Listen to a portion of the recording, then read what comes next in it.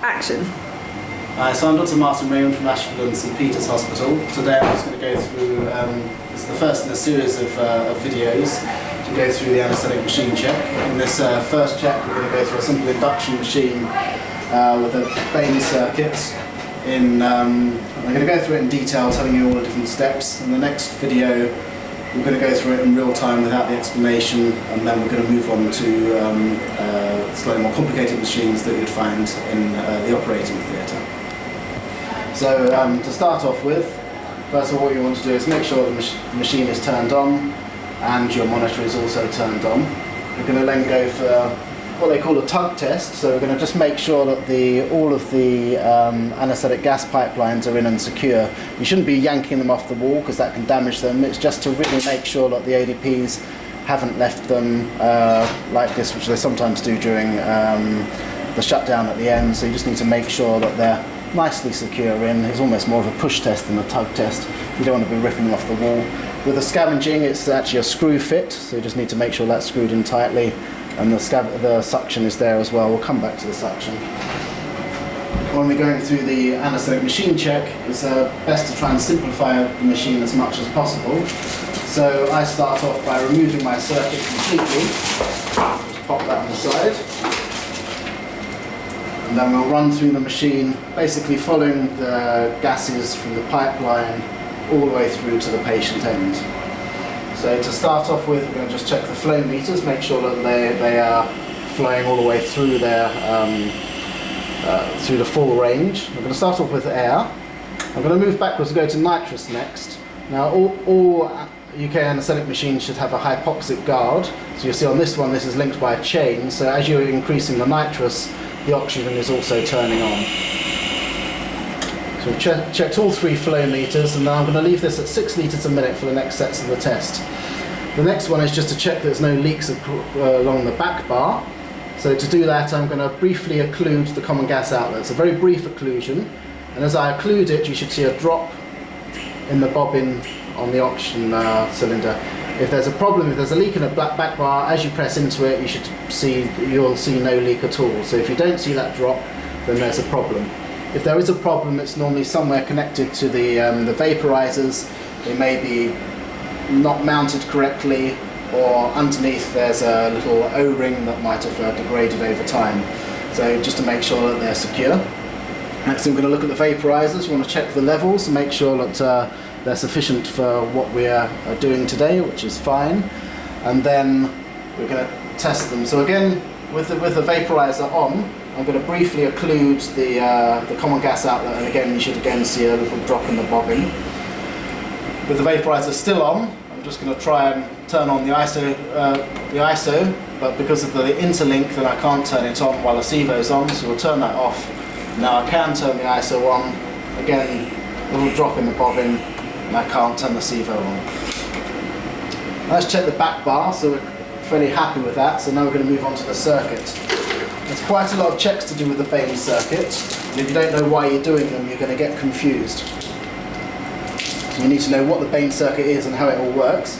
So basically, the flow from the common gas outlet flows through the central green tubing right out to the patient end.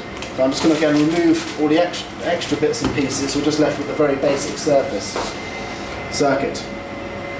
As I mentioned, that the internal tubing there is basically an extension of the common gas outlet. So if you have small enough fingers, or if your finger's too fat, then the plunger from the 2mm syringe, if you occlude just the central, the middle tubing, then again you should see a drop in the bobbin. If you don't see a drop at this stage, then that could mean that there's a split or a break in the internal tubing, which you should also have a visual inspection of. The next thing to do is do a pressure test. So I'm now closing the APL valve completely. I'll just turn up the oxygen slightly just to fill the bag quicker. I'm occluding it with my thumb, the end of the bain circuit. When the bag is nice and tense, I'm going to turn off the flows completely. If you don't turn off the flows, then there might be a compensation. Any leak can be compensated by the flows from the common gas outlet, so you're not really going to identify that there's a leak. You need to sort of I tend to just do a quick feel around to make sure there's no obvious holes. Occasionally there can be little pinprick holes, especially around the top here. If, for instance, the bag's on a longer extension and gets run over by something. So I have a quick feel around to make sure that the tension remains strong throughout. While it's still occluded, I'm going to check the APL valve. So we're just going to slowly open the APL valve. What you should see is a nice smooth deflation of the bag. If it judders or it sticks, then you know that there might be a problem with the APL valve. Because these get replaced weekly, it's rarely a problem, but it's slightly more of a problem for inside on the other machines. You notice I'm still occluding by the end of the circuit, so I'm about to do another test. So the APL valve is open completely. Another test which tests the patency of the internal tube, and it also tests the oxygen flush button at the same time. Uses the Venturi principle. So with the oxygen flush, you're getting a high pressure jet coming out of the centre of the circuit that entrains slightly lower pressure from the outer circuit, and that should force the bag to collapse quite rapidly as I do it. So I'm going to release my thumb and press the oxygen flush, and you notice the bag collapses down very rapidly. I'll just re-inflate that. If I just let go with my finger in a way, you'll see that the bag does collapse down over time in a way. That's because of the negative pressure from the scavenging, but it's not as active a collapse as when you use the oxygen flush. Next thing we'll do, we're just going to connect up our fresh circuit.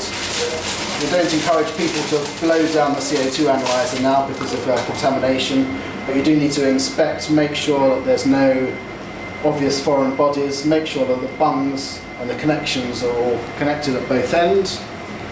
And again, I'm just going to use the oxygen flush and make sure I can both hear and feel airflow on my cheek, so there's no obstruction in this airway.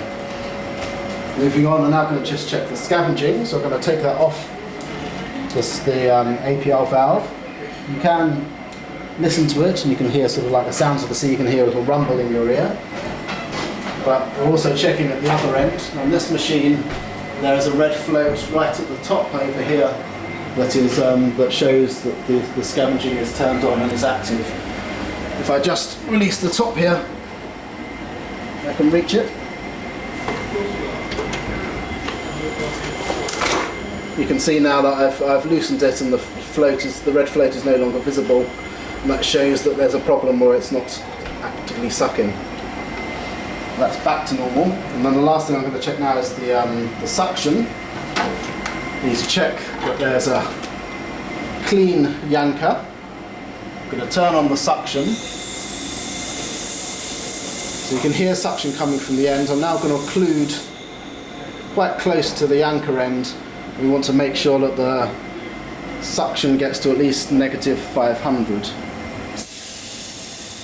I'll just do that again. So it goes to negative 500, so we're happy. And that might sound a bit long and convoluted, but it's important to go through all of those steps, otherwise you will miss things, you will miss problems. Obviously with the explanations it does feel a bit cumbersome, but in the next video I'll do it in real time and you can see that it does take quite a short amount of time. And if you keep to that systematic approach, then you won't forget to do things. Okay, so we'll see you in the next video, and we'll do it in real time.